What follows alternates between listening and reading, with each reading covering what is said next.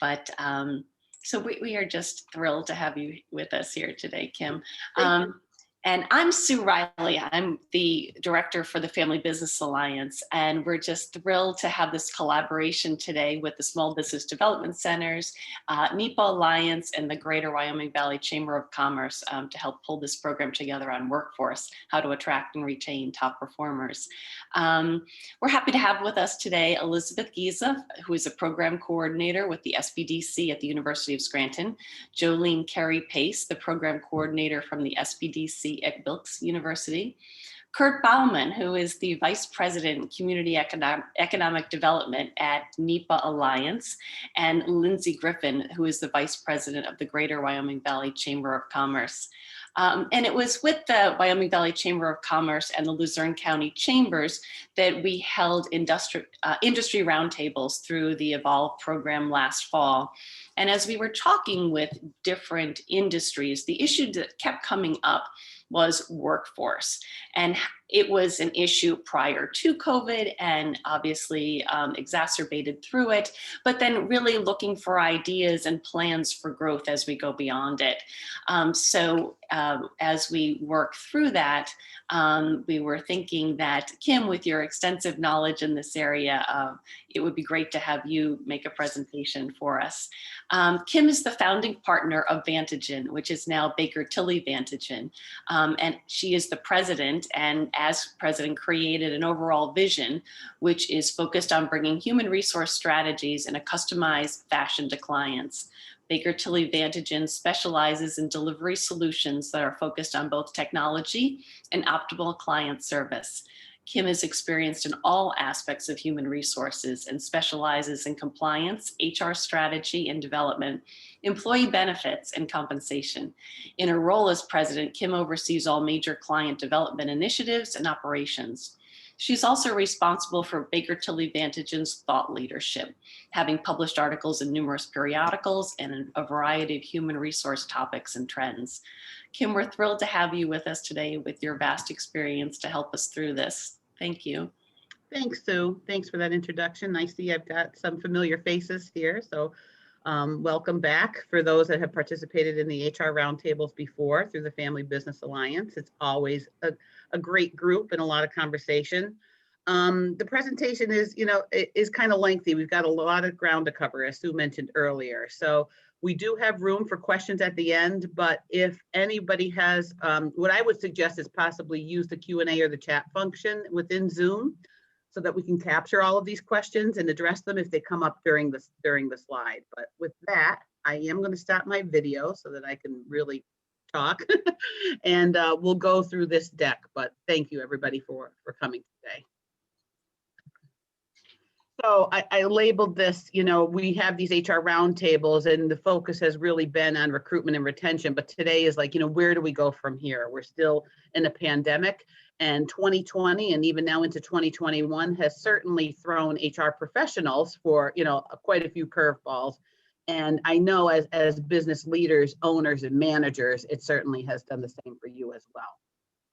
So just a look back to 2020, and this look back is not on really actual things that happened, but it was really where we started off 2020 and what we believed the HR strategies were going to be able to help with this recruitment and retention of employees. So, recruitment and retention of employees was a critical issue. We had unemployment at around 3% average, the labor pool shrinking, increased competition, and it was really the number one problem with business owners, leaders, HR professionals is how do I get good people and how do I keep them? So, the strategies that were really starting to be put into place and focused on were focused on that employee experience. Again, creating flexible work schedules, taking a stand on social issues, again, knowing that generationally, the Gen Zs and the next gens are really cognizant of an employer that is socially active and in alignment with their beliefs. Improving gender diversity, again, coming out of the Me Too movement, this was something that was top of mind. We also needed to have an agile approach to recruitment and employee development. You had to be out there quick. When you found a good candidate, you had to make offers very, very quickly. And you couldn't have the one size fits all approach. Again, knowing that we are in a unique hiring environment with the competition for labor was fierce, we really had to have customized plans. We also wanted to apply the consumer marketing lens to HR. So again, it's how am I selling myself? Do we have a crystal clear definition of our employee culture? How are we supporting the company brand? And how do we sell our own employees on the value proposition? And then we also talked a little bit about artificial intelligence in HR. Again, it was an upcoming trend of the use of chatbots and increased technology in the human resource area so that it would allow HR professionals more time for that personal approach and touch, focusing on, the three items ahead of that. So 2021, the reality, where did that go? What did really happen? We know that we had the pandemic really start to shut the entire country and the world down in March. We quickly had to modify our some businesses closed, some businesses went remote, some businesses had a mix of both remote employees and essential employees. It really was, and still is, a crisis that we've never seen before. And as an HR professional, really had, put our skills to the test because we had to react to worksite conditions very, very quickly with no guidance. And again, it wasn't a one size fits all. We really had to address things very uniquely. So for 2021, again, the top issue still remains the same: recruitment and retention of employees. However, many more challenges and different priorities in achieving that goal versus what we just talked about, what the 2020 trend was going to be, and how the pandemic has changed that.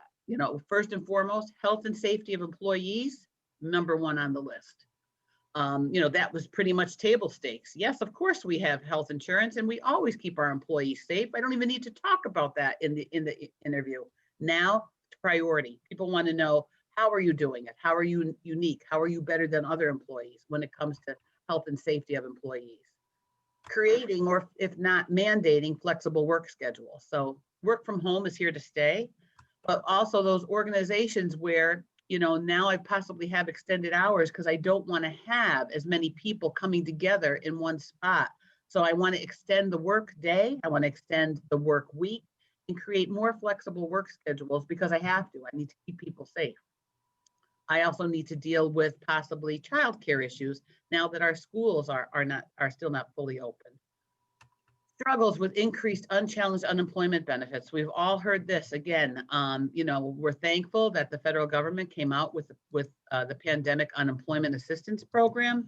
However, for those jobs that are lesser paid or entry level, it really posed unique challenges because unemployment was better than working. You were being paid the same, if not more, with the assistance packages of the $600 a week or the $300 or the $400 a week, in addition to unemployment benefits, and not working. So I'm home, I'm safe, and I'm still receiving income that is at least as good, if not better, than what I had before. Really creating unique challenges for employers that were looking to recruit or retain employees in this space. Investing in mental health. Again, it's one of the underlying factors of this entire pandemic as a health crisis is what it's doing to the mental health of our employees, the mental health of our dependents, and the mental health in general.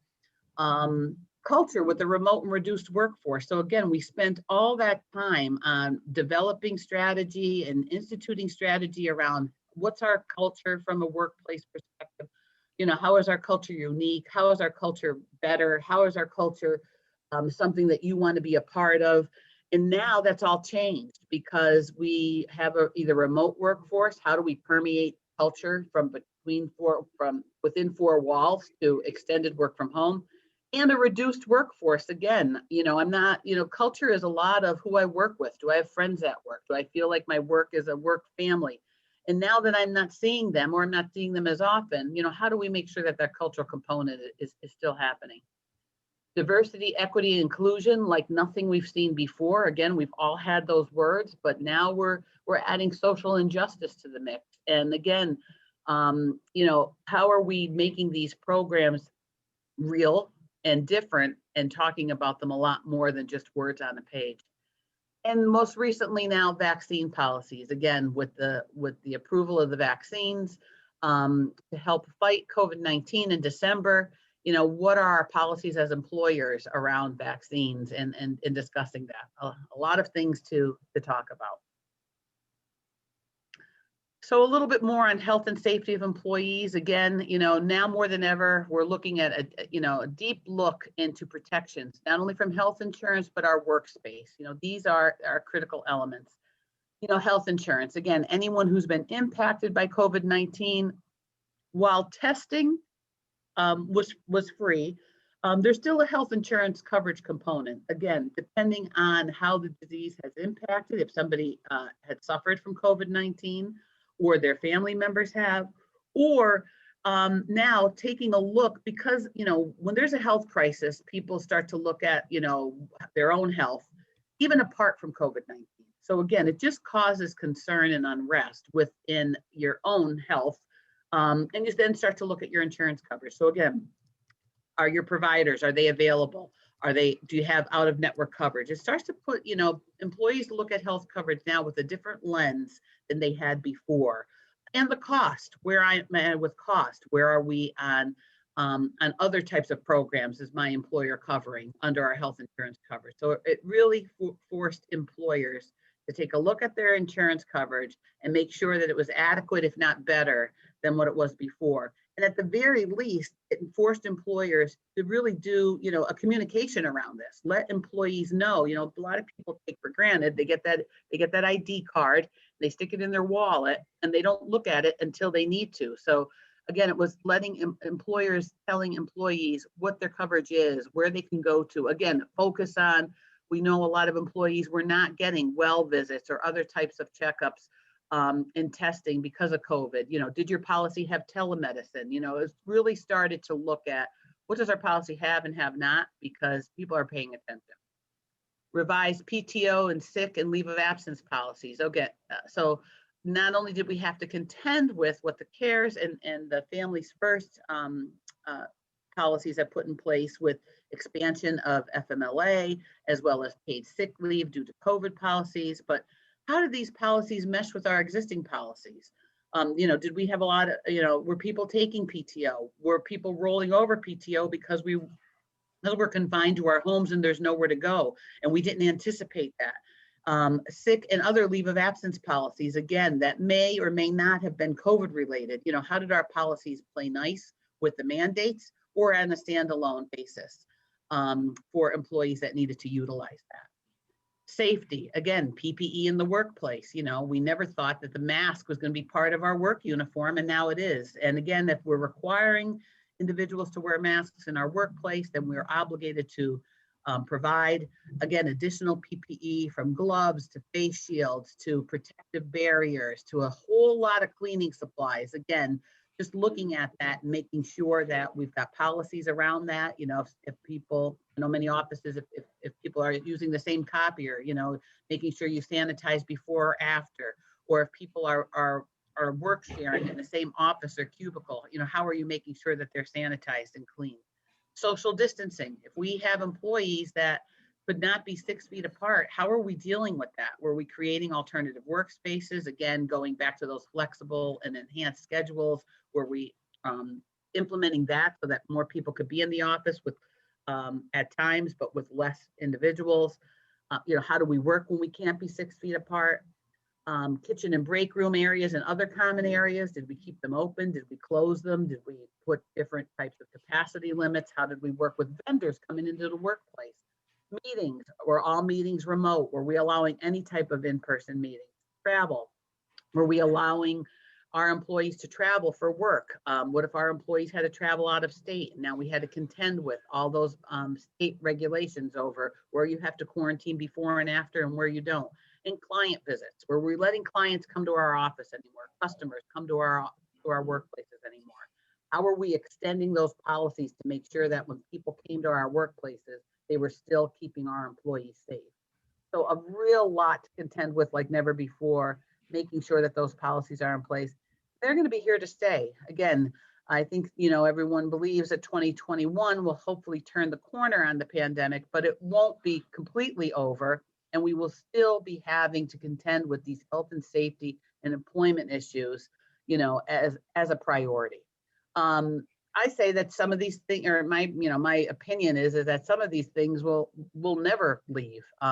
Again, the focus on how we keep people together, the sanitation and the cleanliness, I think that some of those changes are here for the long term, if not forever.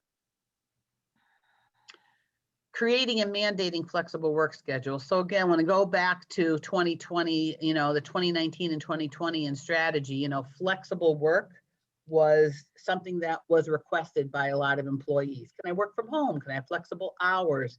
Again, about 20 to 25% of the US workforce had a flexible work schedule, but 80% wanted one. So it was something that we were considering, that this might be a nice to have. How do we design our jobs around flexible work, people working from home, or just different schedules?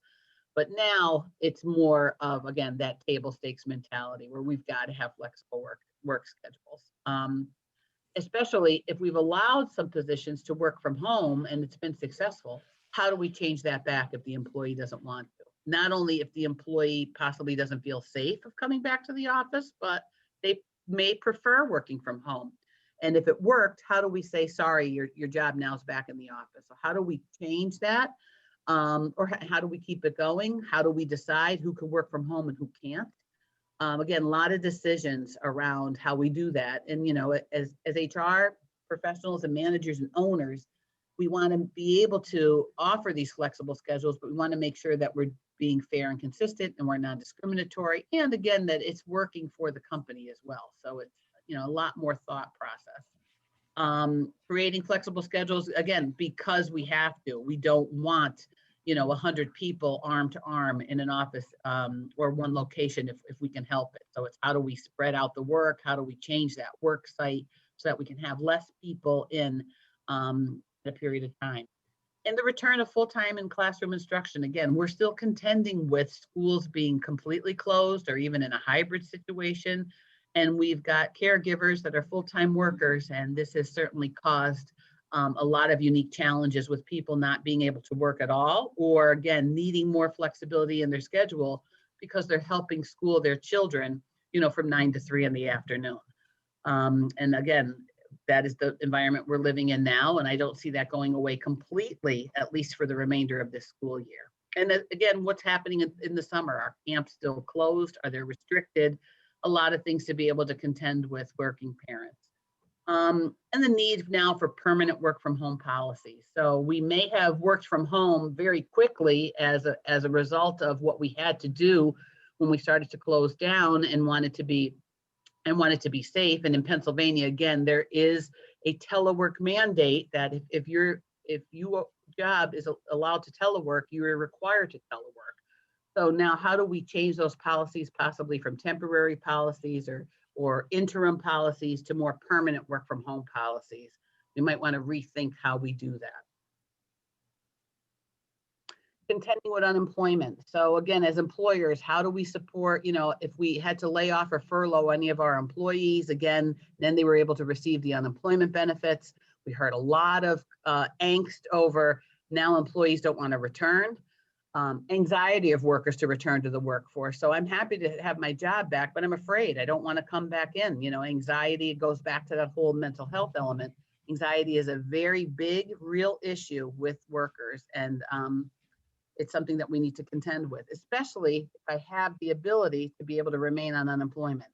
And then general recruiting concerns for jobs paying less than $20 an hour. That $20 an hour is like the magic mark nationally. Again, with the unemployment assistance that come out of these stimulus packages, it's, why would I need to look for a job when unemployment is so good? It's something that we're definitely having to contend with. So I'll spend some time on this because I get a lot of questions about contending with unemployment, especially now since we're back into that unemployment being better than your regular unemployment with the additional stimulus package that's now in effect through March 31st. So strategies that employers might want to consider is, and I know no one wants to hear this, but it's adjusting the pay rates. I think you need to take a closer look at if you're hovering around, that starting, everybody's looking to, there's talk of moving the minimum wage to $15 an hour, but if you're not there, do you go there quickly because you just need to get people in? If you're already at the 15 to 18 to $20 an hour, again, do I go to 21 or $22 an hour? It's looking at where do those pay rates need to be adjusted because I'm contending with unemployment. Or if I don't want to adjust my pay rates, how do I implement possibly retention bonuses or monthly incentives? Again, so when we adjust the base hour of pay, you're usually stuck with that. So what we're now seeing employers just get creative is I'll keep that pay rate maybe at the $15 or $14 an hour, but to incent people to work or to stay, maybe we'll look at doing retention bonuses. They can all be performance-based or, put some metrics in place or even just allow time to be one of the metrics or monthly incentives. Again, so it's dangling those financial carrots to these workers to say, coming to work will be better than unemployment from a financial perspective because we're looking at doing bonuses or monthly incentives. Major enhancements to safety in the workplace. Again, for those workers that are, they've got anxiety, they've got health concerns, and again, they're at home and they're receiving, unemployment and they're not having to go to work. Well, how do we make sure that they feel that when they have to come back to work, they feel safe?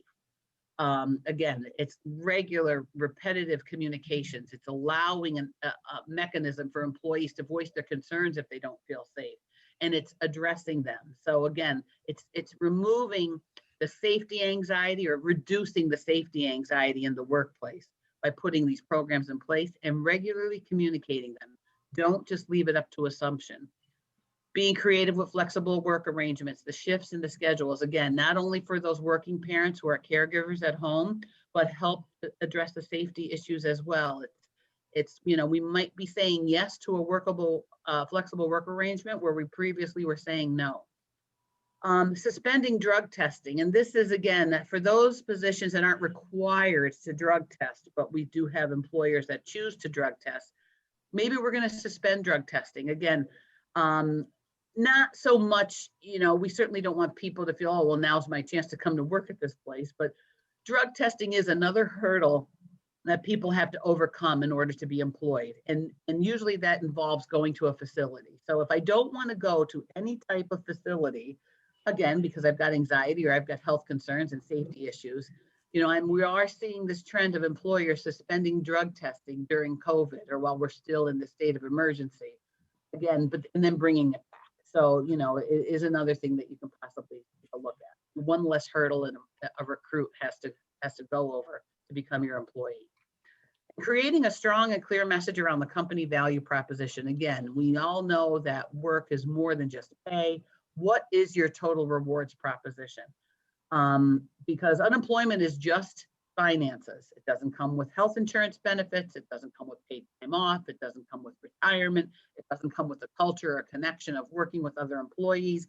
And if you don't have that strong, clear message so that employee realizes that working for you is better than remaining on unemployment, you're definitely going to be at a loss. So it's really creating that strong, crystal clear message around the company value proposition. Investing in mental health, again, part of that value prop, part of something that we need to talk about. This statistic of 41% of employees, this is as of January 2021. They feel burnt out, drained, exhausted from their work. Again, and we've got a pandemic going on, and that's a big number, 41% of now basically coming forward and saying, I've got a little bit of a mental health issue right now. And even if it is just feeling down, having anxiety, depressed, hopeless, it's a reality. And that reality starts to come into the workplace. The other issue that we're seeing is that most employees don't utilize existing services. Again, these are things that are contained within your health insurance plans, your existing EAP plans. Again, coaching or counseling that possibly if you've got on-site wellness or even your human resources department, we find that a lot of employees don't utilize these services, they may not even know. So again, communication and a dedicated strategy is critical to address this issue. Just a little chart again of this is national numbers of employee awareness of mental health options within their employer. So 47%, again, no idea what is offered, no support of programs offered, and then support of the programs available. So again, these are real numbers, real issues in the workforce of how we deal with mental health with our employees. So how do we invest in mental health again as an employer? And now is the time that we can revamp or enhance our mental health strategy, obviously within our health insurance programs, our wellness programs, employee assistance programs, either revamping them, increasing them, or deploying them if it's something new. Worksite help, again, creating stress-free zones, quiet spaces. Again, talking about this helps reduce the stigma and create a positive workplace. I think it's a very powerful message when the CEO of a company says, hey, I'm struggling. I've got anxiety. I've got issues. I sometimes don't have the answer. And again, letting it know that employees know they're not alone. And then focus on strategy on prevention and intervention. Again, making sure that if you have these programs available, it's repeating and communicating to your employees, being more proactive, not just reacting when an employee comes forward, but letting the employee know that we've got some tools and we've got help, and it's okay to come forward and ask.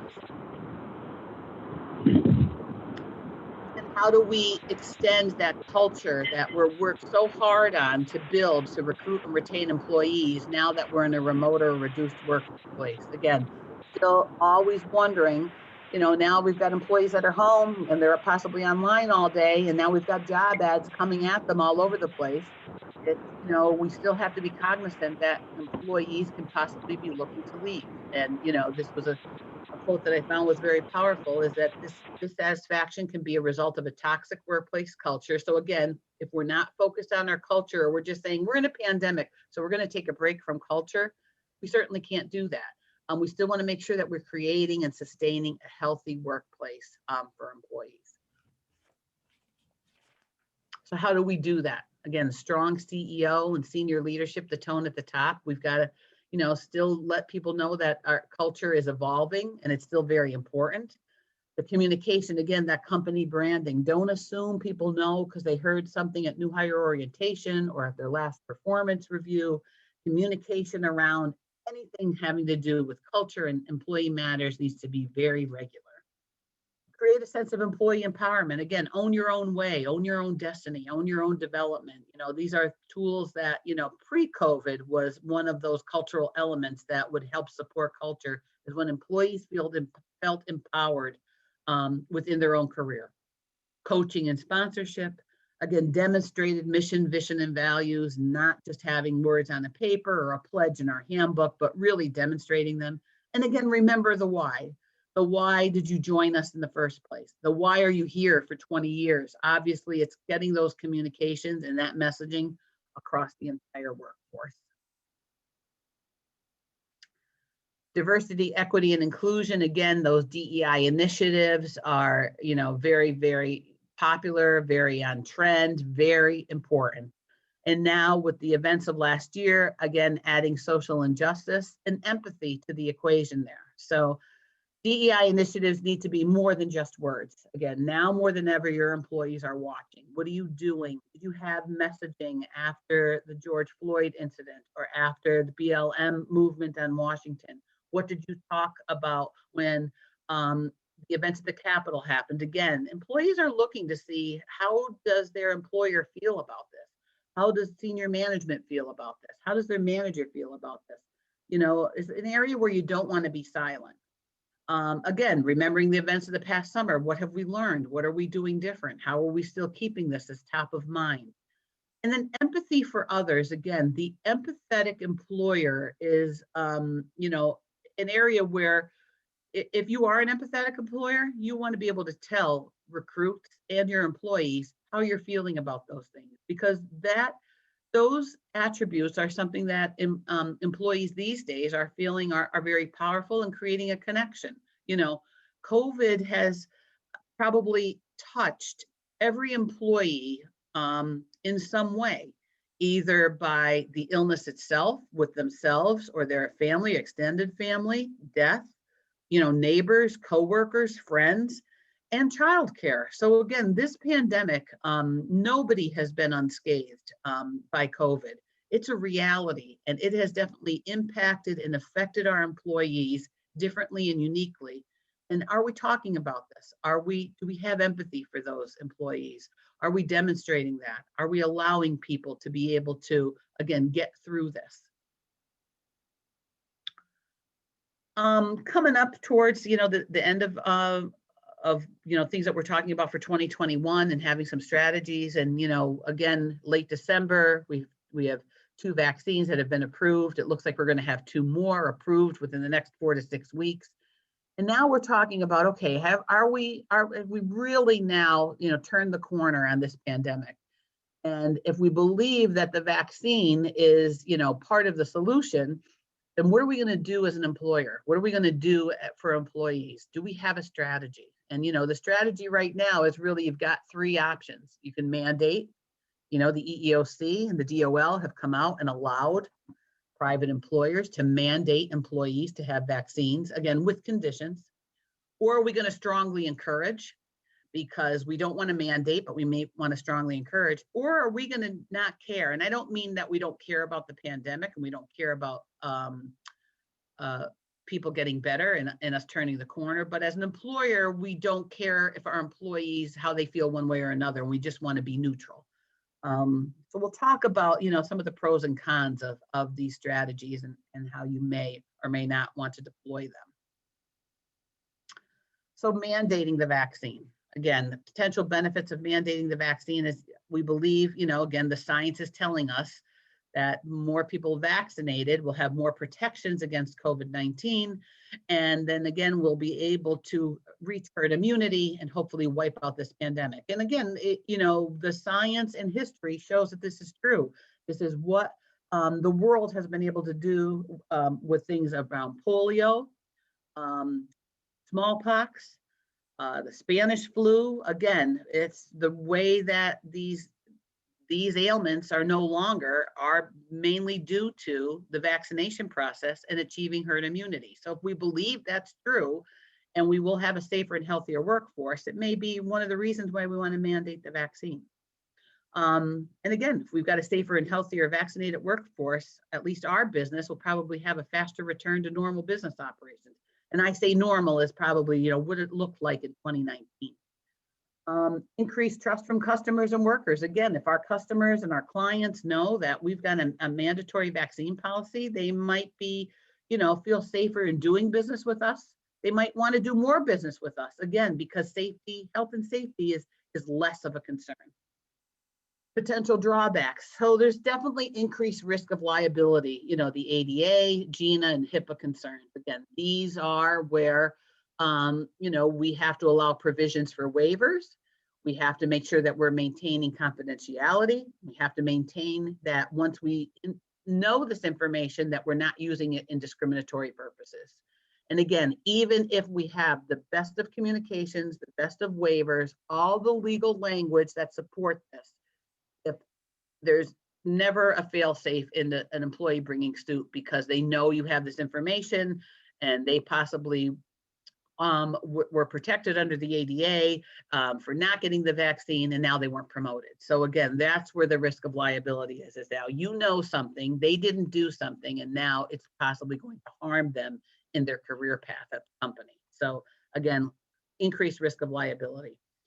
Increased litigation risk from lawsuits of employers or adverse reaction to the vaccine. Okay, well, now I'm making my employee get the vaccine and they have an adverse reaction. Again, whether it's an allergic reaction, that's something temporary, or what if it's something that's more permanent? It results in a hospital stay.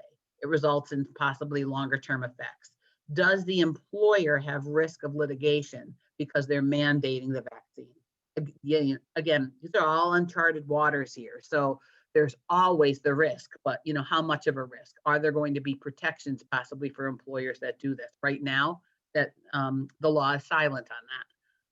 Employees may express safety concerns again. So I might not get a religious or a disability exemption from the mandate, but I just personally just don't want to get the vaccine. I have my own safety concerns. I'm unsure. I'm not ready yet. So, there's a drawback there that possibly employees will leave because they just personally do not want to get the vaccine, or they don't want to get the vaccine at this time.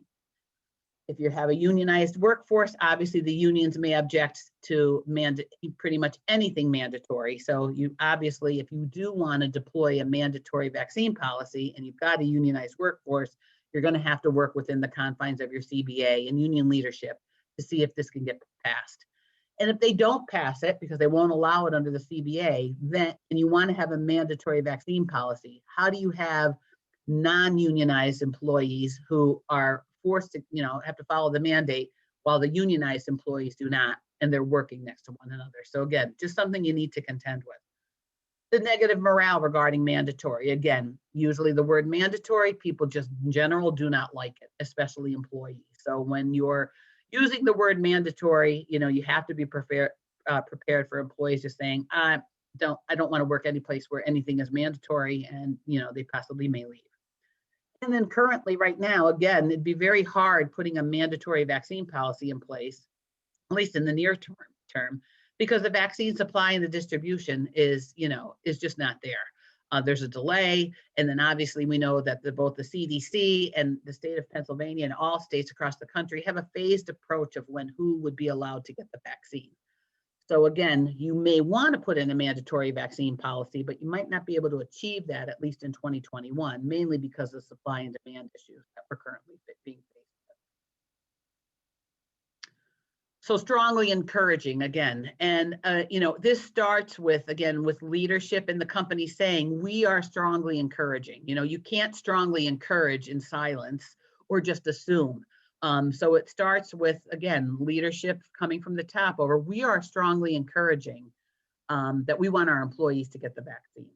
And it may even start with a demonstration or knowledge that, the CEO, the owner, the management team has, voluntarily received the vaccine, and they're voluntarily telling you that they have. So again, potential benefits, less risk of liability, again, because it's strongly encouraging. So again, less risk around ADA, GINA, and HIPAA. Potential for better employee relations because we're not mandating. Again, we're strongly encouraging. We're not forcing. We're not using the word mandatory. So it just feels like it's less stress, less pressure, more likable from an employee perspective. And again, right now, federal, state, and local COVID vaccination laws, they're changing, very, very quickly. So again, right now, while the mandate is allowable, who knows if that's going to remain? So again, these things are changing, and you might not want to be the first company out there with mandating and testing these new laws when these new laws may possibly change, 6 months down the road. Potential drawbacks, again, the liability if the virus spreads in the workplace, especially if you are an employer that has, a single-sided location with many employees working less than 6 feet apart. So obviously you have to contend with this virus being around a little bit longer or impacting your workforce. We all know that, if one employee gets COVID, we have to go through contact tracing. This may put a whole department in quarantine for the 10 to 14 days. So again, this stays around a little bit longer when there's no mandate of the vaccine. And right now, it's unclear whether any waivers relating to working with others or not vaccinated will be enforceable. So again, this is all uncharted territory. So how do we protect employees that I'm vaccinated but you're not? Again, and now I'm possibly, or the spread of COVID is happening within the workplace. These are all things that again help increase liability and risk and possibly put the employer at a disadvantage. And if you don't care, again, I'm not going to mandate, I'm not going to encourage, I'm not even going to talk about the vaccine. Well, I wouldn't recommend this. One, it could certainly cause risk because the employer is not taking a stand or making it known. Employees are left to do their own thing. And as we talked about, one of the number one methods in recruiting and retaining employees in 2021 is health and safety. So if you're not talking about the vaccine, you're risk not talking about health and safety, and this can cause risk that employees might not want to join you or they might not want to stay. It'll also help create those cultural disconnects. So again, we just spent some time talking about culture and making sure that you have culture and what is your culture, and making sure that culture permeates through the employees. And if you've got a culture that is around health, safety, wellness, employee concern, and you're not even talking about the vaccine, that would cause a disconnect. And it may cause reputational harm. Again, to your client base. If your clients don't know whether you're pro-vaccine or not, or how you're even handling it, it may cause them to think about you a little bit differently if you just don't care. And again, I'm using don't care basically as just being neutral, but if it starts to take neutral, starts to turn into really, they just don't care. Well, I don't know if I want to work for you. I don't know if I want to do business with someone who just doesn't care. Again, it has a very negative connotation. So again, all different things to think about again with vaccine policies. And I know 2021 is probably where you could start thinking of these policies and maybe not implementing, again, mainly because the supply and the demand and the way the vaccine is going to be distributed, by falling into certain categories. But we have to look beyond this again, and all the experts are stating that, even once we achieve herd immunity, that probably won't happen until sometime in 2022. There's also talk about, again, with these new variants, is that maybe one vaccination doesn't do it. It may go the route of the flu, where an annual vaccine is what's recommended. So it's, if you're one of those employers that offers the flu vaccine or offers flu vaccine clinics, now are we going to, is COVID-19 vaccine going to be part of that offering as well? So it's not just thinking about this in the near term, but it's thinking about it in the short term, which is probably the next 18 to 24 months. And then again, how does this fold into your longer term strategy, especially if you're an employer that is looking to beef up their wellness plans? It's thinking about how does this fold into that.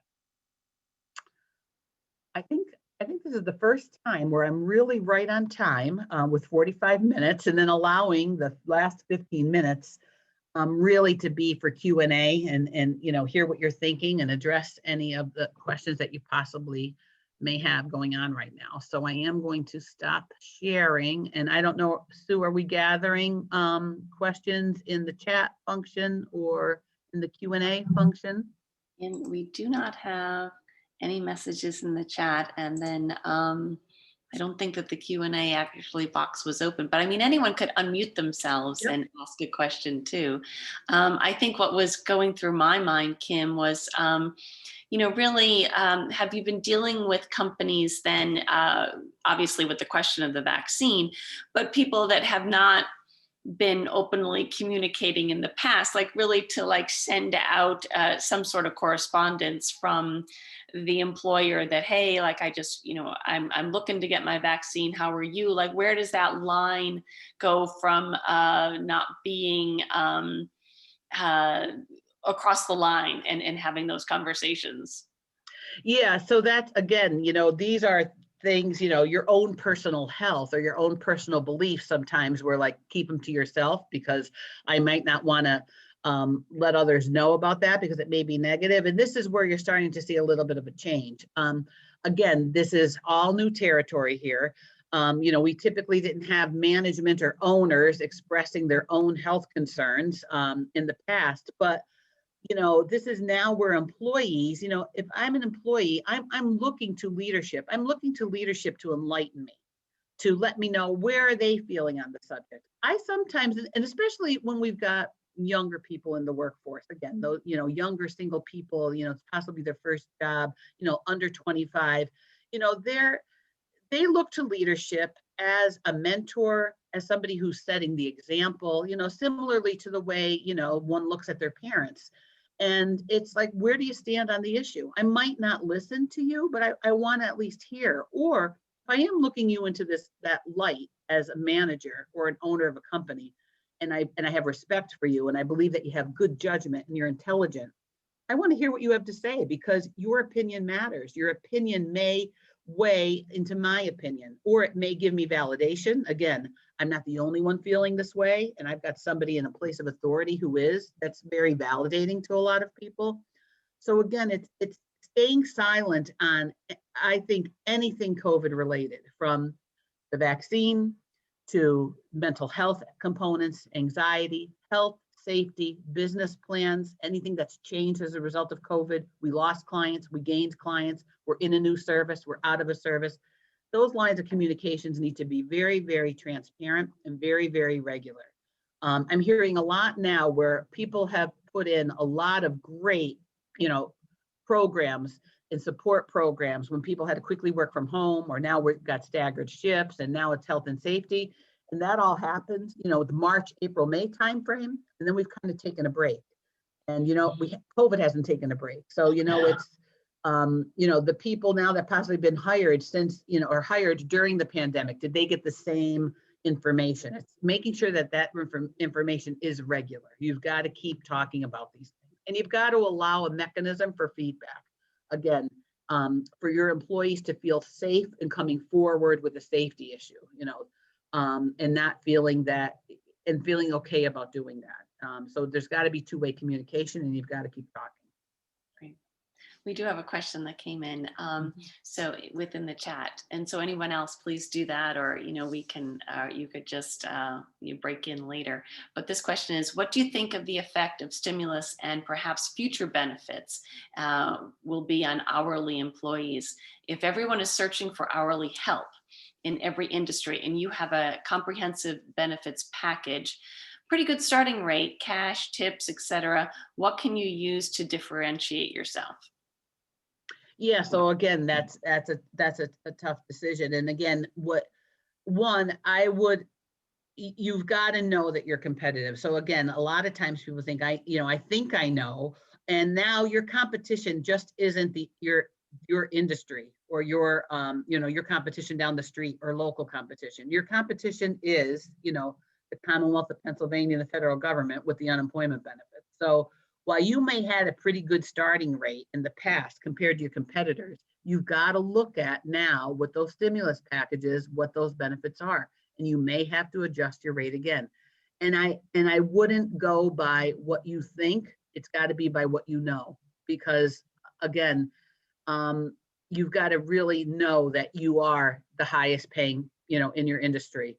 That you do have the better benefit package. That you've got to be able to up your ante, and that's just the hard facts of the matter. Is that while your pricing, or while your revenue may have not have changed, the labor component and the benefit component will probably have to change to be able to contend with this, or you are going to be at a disadvantage.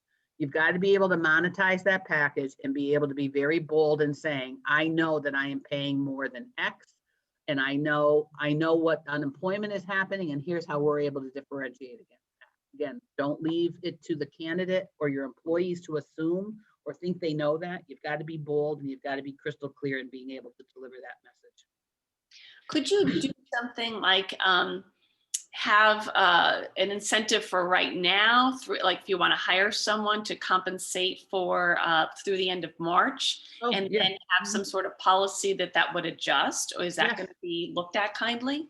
Yes, and that's very common. That started last year again with that additional, $600 stimulus. Is that people were matching that as a bonus. So, or doing things in the short term, either with retention bonus. I'm going to only, pay a stipend. Either, people were calling it hardship pay.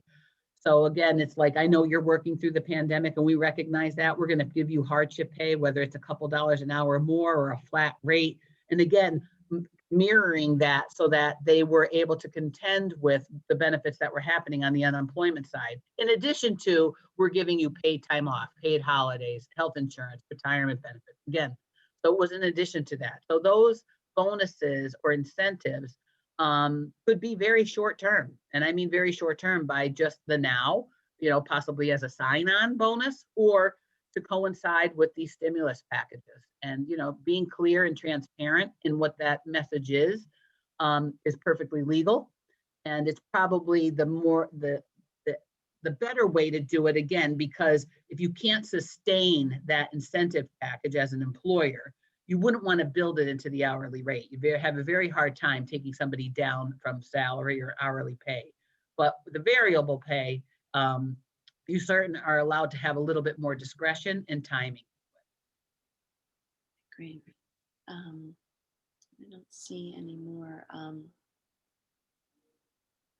don't know if anyone has any questions, or anyone who has Been thinking about a piece of the presentation. There was so much in there and so much to think about as we're looking at policies to stay competitive. And I think as Zoom has opened up this possibility for people to be anywhere and catch this program, people are able to work now in so many different areas.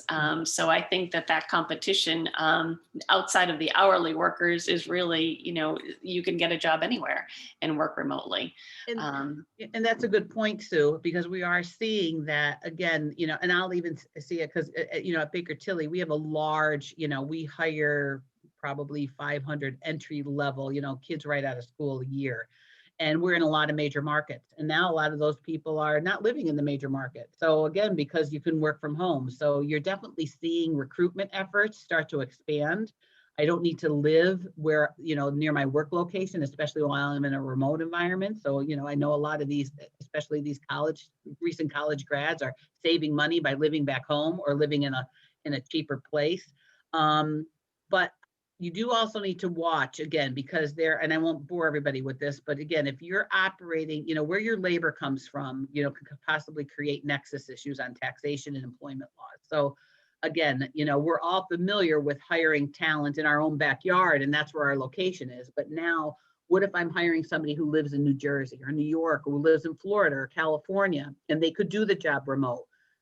You may be subject to different taxation and different employment laws. So just be cognizant of that. It's not a no, but you may have to be cognizant of some different changes around payroll and HR when you're employing people that are not connected, do not live in the work jurisdiction. And then a question to that point, someone is wondering if you might speak to managing the issue of trust and social loafing within one's virtual teams when you're not there to walk by someone's area and kind of check on them and say hello. I mean, any ideas on managing that? Yeah, so this is something, again, for years, I'd say for the past 10 years, again, I've done a lot, in changing those cultural elements is how do we become more outcomes based? Again, and this is all generational. Started with millennials in the workplace over wanting more independence, wanting more, say into my own career path, wanting all this flexibility. And, in order to be able for employers to be able to do that and say, yes, yes, yes, well, now I got to be outcomes based. And there's a lot of trust. So it's where whether you have, like in our world, we've got charge hour requirements, or in the sales world, you might have sales quotas you need to make, or you might have other types of, key performance indicators that get you there. Now it's changed because now maybe I don't get there in 40 hours a week, or maybe in 52 weeks of the year. And it's kind of been, deploying an honor system like never before. But again, you've got to make sure that you are clear and concise over what are those key performance indicators. Granted, we know that there's a lot of trust, and you've got to be able to hold people accountable. So again, it's forced employers that have not wanted to make the switch to outcomes based or work flexibility, because let's face it, we've got a lot of people that might be a little bit old school, and it's like, if I don't see you, you're not working. So it's kind of forced us into, well, I kind of have to trust. And guess what? If the work is getting done, well, the proof is in the pudding. So that's what you've got to be able to do. But you've got to be clear, concise, and very transparent in here's what I give you, now here's what you need to give in return. And you've got to trust that it's happening, and you've got to check in and hold people accountable. So, I'd say be cautious in those things. Don't say you could deliver something if you can't.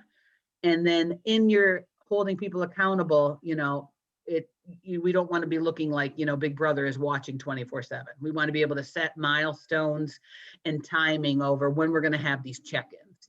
Let's make sure we've got deliverables, we've got timelines, we've got milestones, and we can check in on that stuff to make sure that somebody is progressing, or if somebody needs help, or if somebody is failing, we now start the process on how to performance manage that person.